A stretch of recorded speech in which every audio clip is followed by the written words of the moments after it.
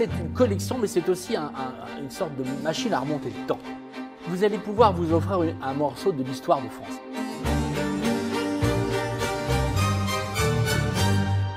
Pierre-Jean Chalençon, merci de nous avoir confié cette collection. Sotheby's est extrêmement fier de travailler avec vous sur cette collection absolument incroyable, unique au monde, unique parce que je crois que vous avez mis 40 ans pour la construire. À peu près 40 ans, oui, 45 ans. C'est une collection unique aussi par les œuvres majeures qu'elle contient. C'est peut-être la collection qui contient le plus important nombre de chefs-d'œuvre de Napoléon, les derniers en main privée. Tous les objets qui vont être présentés à la vente du 25, d'ailleurs c'est presque mon anniversaire, 23 juin comme Joséphine, ce sont des objets qualité musée.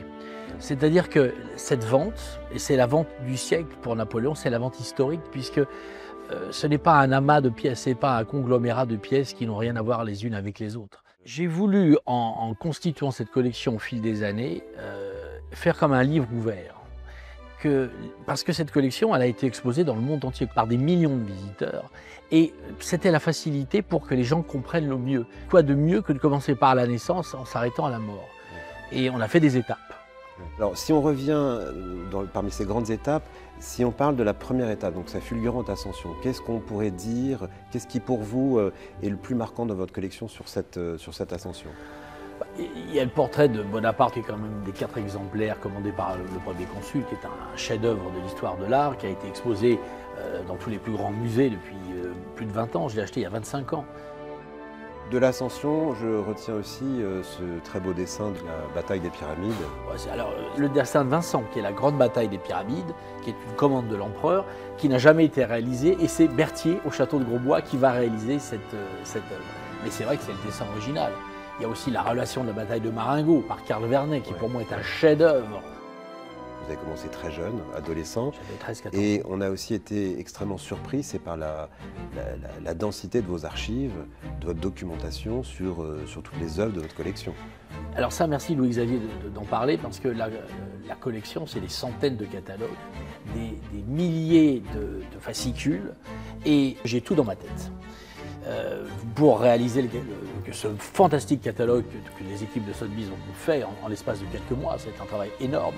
Tout ce que vous me posiez comme question, je répondais à chaque fois du tac au tac. Après, tout a été étayé, mais c'est des dizaines et des dizaines de cartons, de livres, de références. Tous les objets présentés dans cette vente ont des références colossales. On est vraiment dans une collection qualité musée. Et le catalogue se lit comme un roman. Alors il y a aussi un point qui est important dans votre collection, je dirais, c'est qu'on y voit le Napoléon officiel, le Napoléon de propagande, mais aussi le Napoléon intime. C'est drôle ce que vous me dites là, parce que la première exposition que j'avais organisée, c'était en 2004 à National Geographic Museum à Washington. On avait intitulé cette exposition « Napoléon, un intimate portrait », un portrait intime. Et alors dans la vente, les pièces les plus personnelles justement, ce sont lesquelles pour vous? Il y a des choses très très intimes. Déjà, il y a son madras, il y a sa cravate. Il y a son madras qu'il portait à Sainte-Hélène. Ça, c'est rarissime. C'est le madras qui vient de la vente de l'abbé Vignali. Enfin, c'est unique. À Malmaison, il y en a 2. Enfin, c'est plus rare qu'un chapeau. Il y a aussi les couverts de l'empereur à Waterloo. À Waterloo, la timbale prise dans sa berline à Waterloo, son cachet en or. Il y a vraiment des choses très très très intimes. Un morceau de son cercueil, un grand morceau d'ailleurs du cercueil. Et puis après, il y a des œuvres qui sont à mi-chemin entre les deux. Je pense par exemple au Moutoni, cette sculpture qui représente Napoléon en bronze doré, assis à sa table de travail et qui était conservé dans son cabinet. Dans son cabinet de travail aux Tuileries. Et qu'il a ensuite emmené à l'Élysée et qui a ensuite, au moment de son exil à Sainte-Hélène, été donné au prince Eugène de Beauharnais. Et on le voit d'ailleurs dans le cabinet à Munich, à la résidence. On a parlé de l'Ascension, maintenant parlons du sacre. Ça, c'est mon péché mignon. Est-ce que vous pouvez nous raconter quelques anecdotes sur le sacre et les pièces les plus intéressantes de votre collection?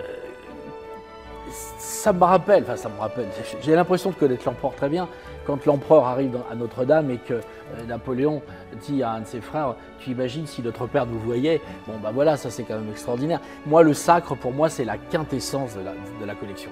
J'ai les plus beaux objets en main privée du sacre. J'ai d'ailleurs exposé en 2004 avec la Fondation Napoléon. On a publié énormément de bouquins avec Patrick Rambaud.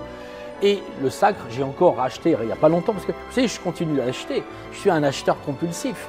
J'ai acheté la la paire de gants de Napoléon pour le sacre, ça c'est quand même fantastique. On a le glaive et le bâton du couronnement, ben ça c'est des objets exceptionnels.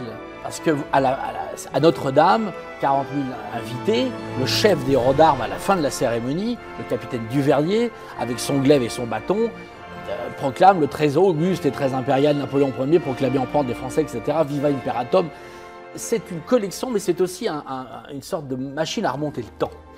Oui. Les gens qui viendront chez Sotheby's, les visiteurs et les acheteurs, vous allez pouvoir vous offrir un morceau de l'histoire de France. Et moi, c'est ce que j'ai ressenti. Et c'est vrai que sur le sacre, je pense qu'on peut difficilement faire mieux. Moi, je suis très fier. J'ai commencé sans rien. Je suis un fils de journaliste, je suis autodidacte. J'ai monté en l'espace de 40 ans une des plus belles collections au monde d'objets Premier Empire. J'ai été pendant plus de 45 ans l'ambassadeur de France et de la culture dans le monde entier. Je n'ai jamais été aidé par qui que ce soit, par moi. Je suis un peu comme Napoléon, je suis un self-made man, je me suis fait tout seul. Et j'ai décidé de vendre cette collection parce que je me suis rendu compte que j'allais avoir 55 ans, que je n'avais pas de famille, que je n'avais pas d'enfants. Et je me suis dit, autant donner encore une nouvelle vie à ces objets. Moi, j'ai besoin de respirer, j'ai besoin d'aller vers d'autres envies. Et je trouve que la meilleure chose, c'est de se dire, voilà, chers amis collectionneurs, chers amis des musées, profitez-en. C'est une collection extraordinaire. Ces objets, je les ai choisis avec mon cœur. Ça a été considérable, ça a été difficile. Mais quelle joie, quel bonheur d'avoir vécu avec eux. Maintenant, allez-y, profitez, faites-vous plaisir. Et surtout, faites-leur plaisir à ces objets, car ils méritent une grande. Et que cette collection continue à rayonner dans le monde entier. C'est pour ça que si j'ai quand même un rêve, j'aimerais que si on avait quelqu'un qui dise « Banco, je prends tout », ce serait pour moi le plus beau cadeau de mon anniversaire de mes 55 ans.